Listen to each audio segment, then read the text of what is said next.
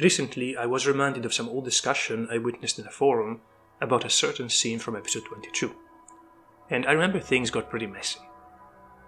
So I thought, why not try to clear up some of the misunderstandings, with, trying being the keyword, because it is actually quite a confusing scene. I'm referencing the moment in the episode when Asuka catches Shinji and Rei talking to each other at the station. This, just as a reminder, happens after Shinji has come back from his vacation dissolved in Unit 1, and it is a sequence added in the director's cut of the series, aka the Asuka cut.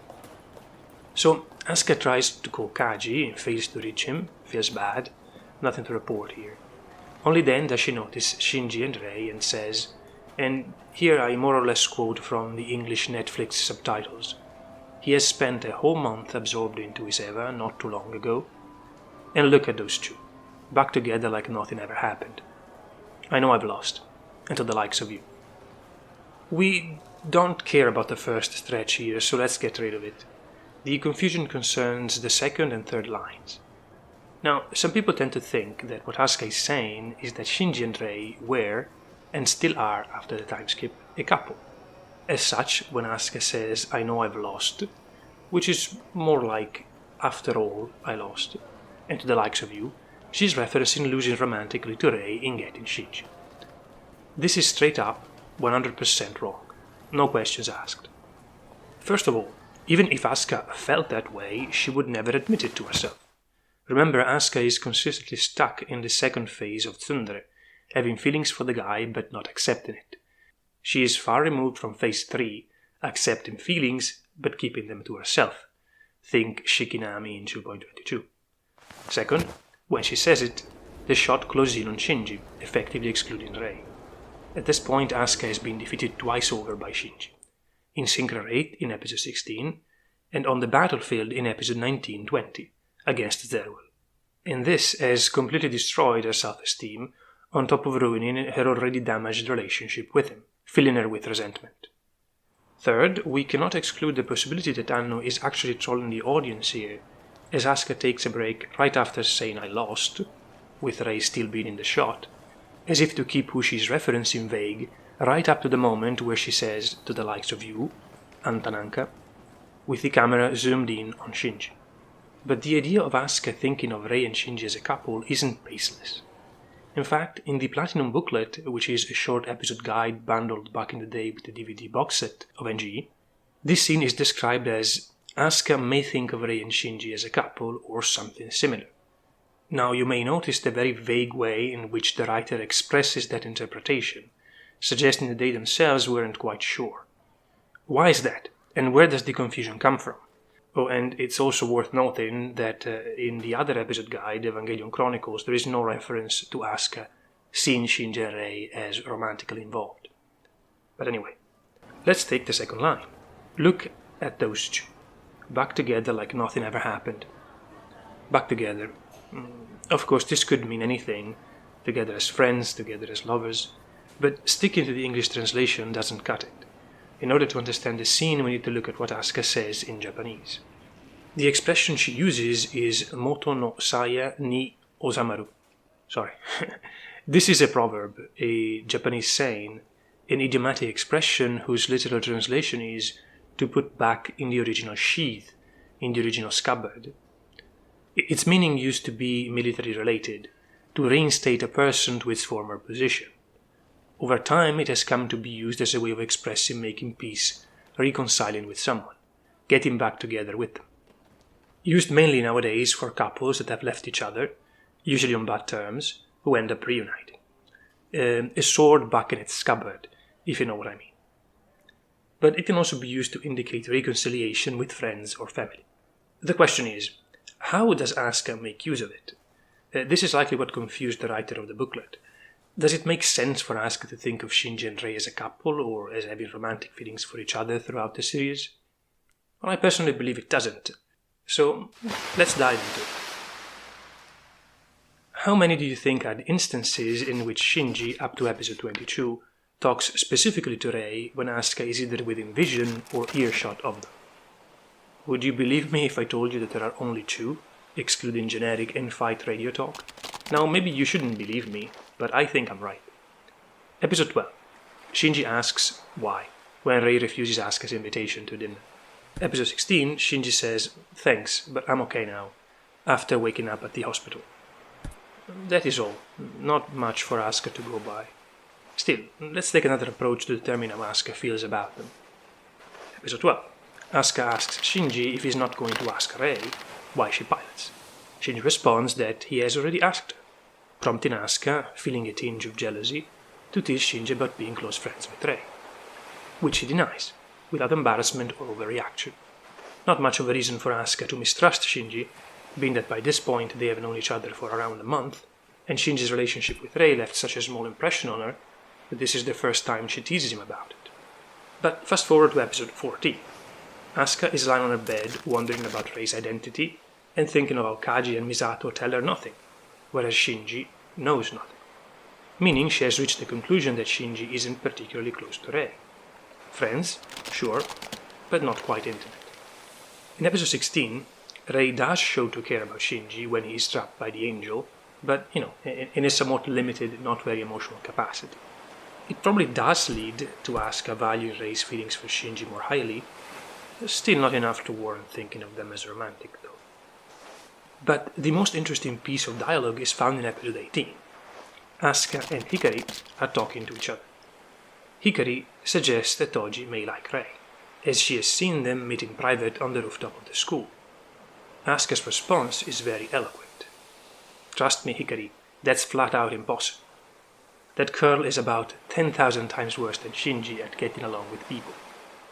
This shows how dumbfounded Asuka is at the thought of Rei involved in a romantic relationship with someone, or entertaining romantic feelings of some kind. I mean, she barely thinks of her as human.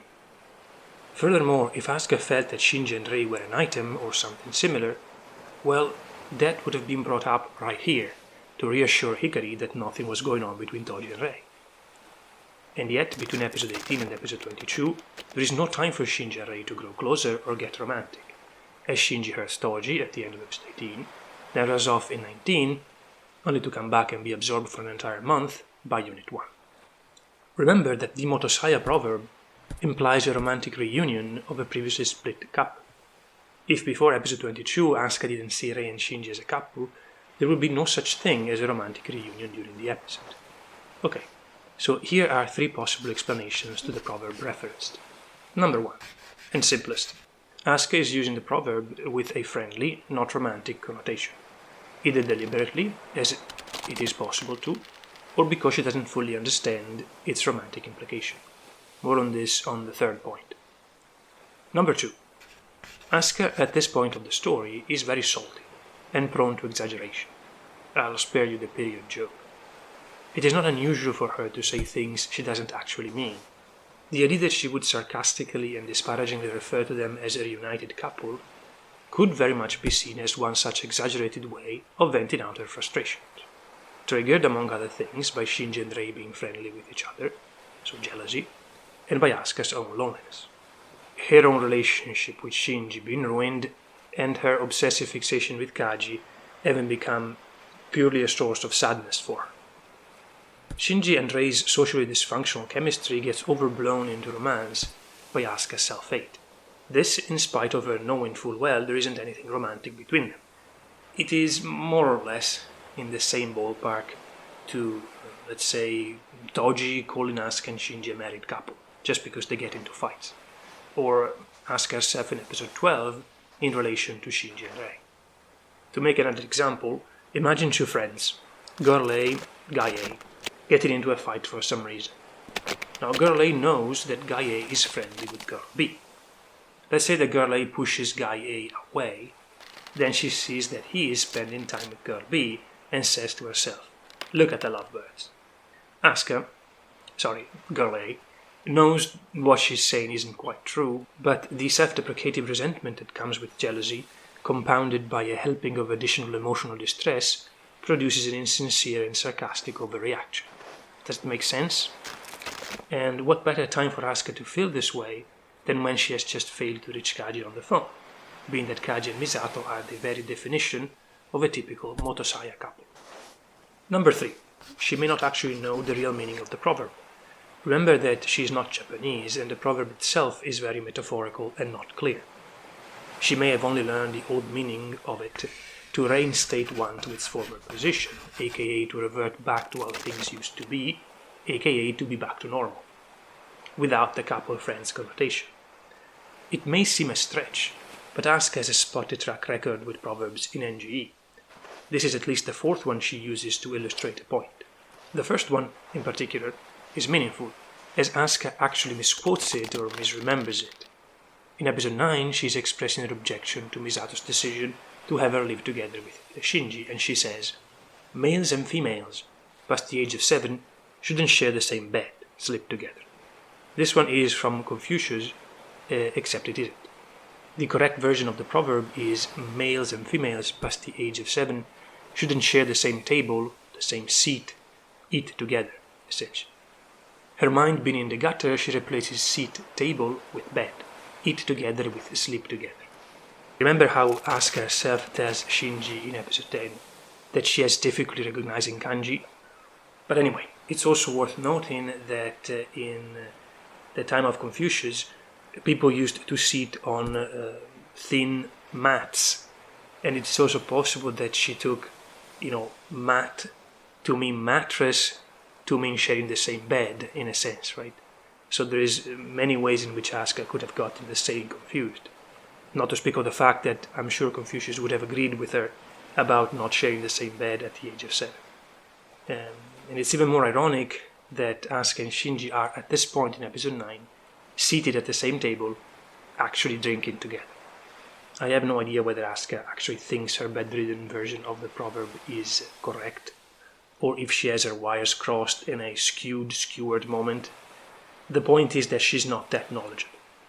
The Netflix subs here tried their best to interpret what Asuka means to say, turning sharing the bed to sleeping in the same room in English, and when it comes to French, straight up to living together, with no mention of sleeping. This may be boring, but the French version of the subs on Netflix is generally superior to the English one, based on my limited understanding of French, except in the case of the proverbs. The French translation of the motorcycle line is more or less this.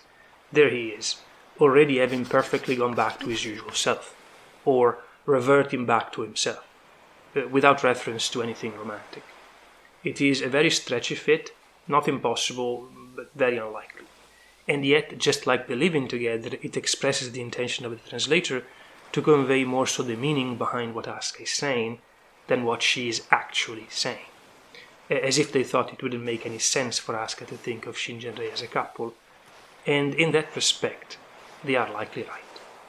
I would say that number 2 is the most likely interpretation, with number 3 being the least likely. Lastly, I believe it is important to remember that the emotional issues that exist in Asuka and Shinji's relationship have pretty much nothing to do with Rei, or very little to do with her. They are in fact somewhat akin to the issues that exist in an established couple. Less, he loves me not, and more, how much does he actually care about me, or does he understand me? Let's not forget that Asuka's main love in NGE is Kaji. Shinji exists as a replacement for him. But unlike Kaji, who simply doesn't have any interest in Asuka and makes it clear, Shinji does show interest in her, an interest that she perceives.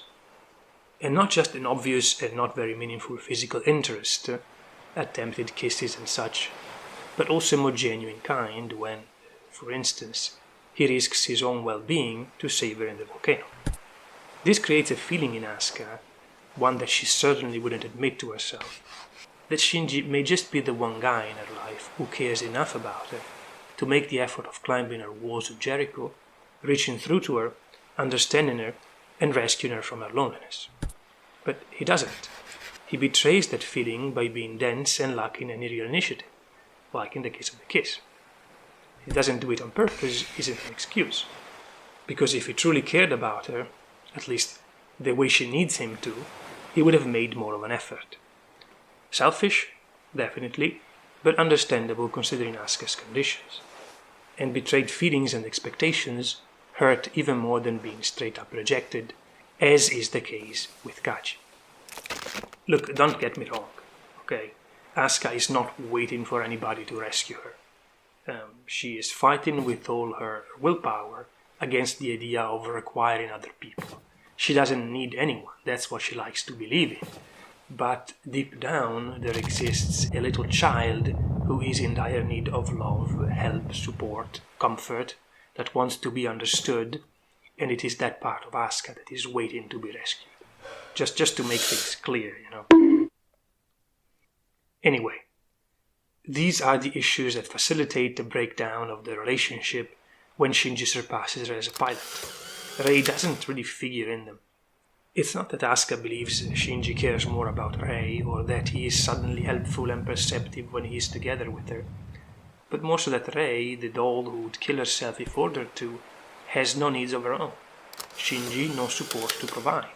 They are a good match as a pair of similarly passive, socially challenged friends. But romantic partners? Nah, that wouldn't really make sense for the two of them.